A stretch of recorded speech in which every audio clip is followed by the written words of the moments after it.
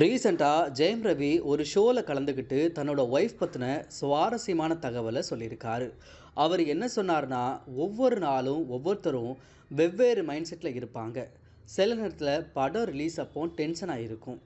அந்த டென்ஷன்லேருந்து என்னோட மனைவி தான் வெளியே கொண்டு வருவாங்க அப்படின்னு சொல்லியிருக்காங்க. நான் எப்படி இருக்கணும் அப்படின்னும் அவங்க தான் பார்த்துக்குவாங்க. எந்த ட்ரெஸ் கூட எந்த மாதிரியான ஷூ செப்பல்ஸ் போடணும் அப்படின்னு கூட எனக்கு தெரியாது. என்னால் வீட்டுக்கு போக முடியல அப்படின்னா அதை அவங்களால புரிஞ்சுக்க முடியும். பொதுவாக ஆண்கள் தங்களோட மனைவிகள் கிட்ட பேசுகிறத விட ஆண்களோட அரை மணி நேரம் அதிகமாக பேச தான் செய்வாங்க அப்படின்னு நினைப்பாங்க. கார்த்தி எனக்கு ரொம்பவே நெருக்கமானவர். நானும் கார்த்தியும் ஃபோனில் பேசுகிறப்போ என்னோட ஒய்ஃப் என்கிட்ட, நீ என்கிட்ட மட்டும் இவ்வளோ நேரம் பேசலையே அப்படின்னு கேட்பாங்க. அந்த அளவுக்கு அவங்களுக்கு பொசசிவாக இருக்கும்.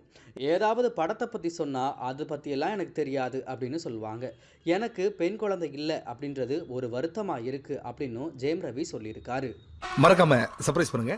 தேங்க்யூ.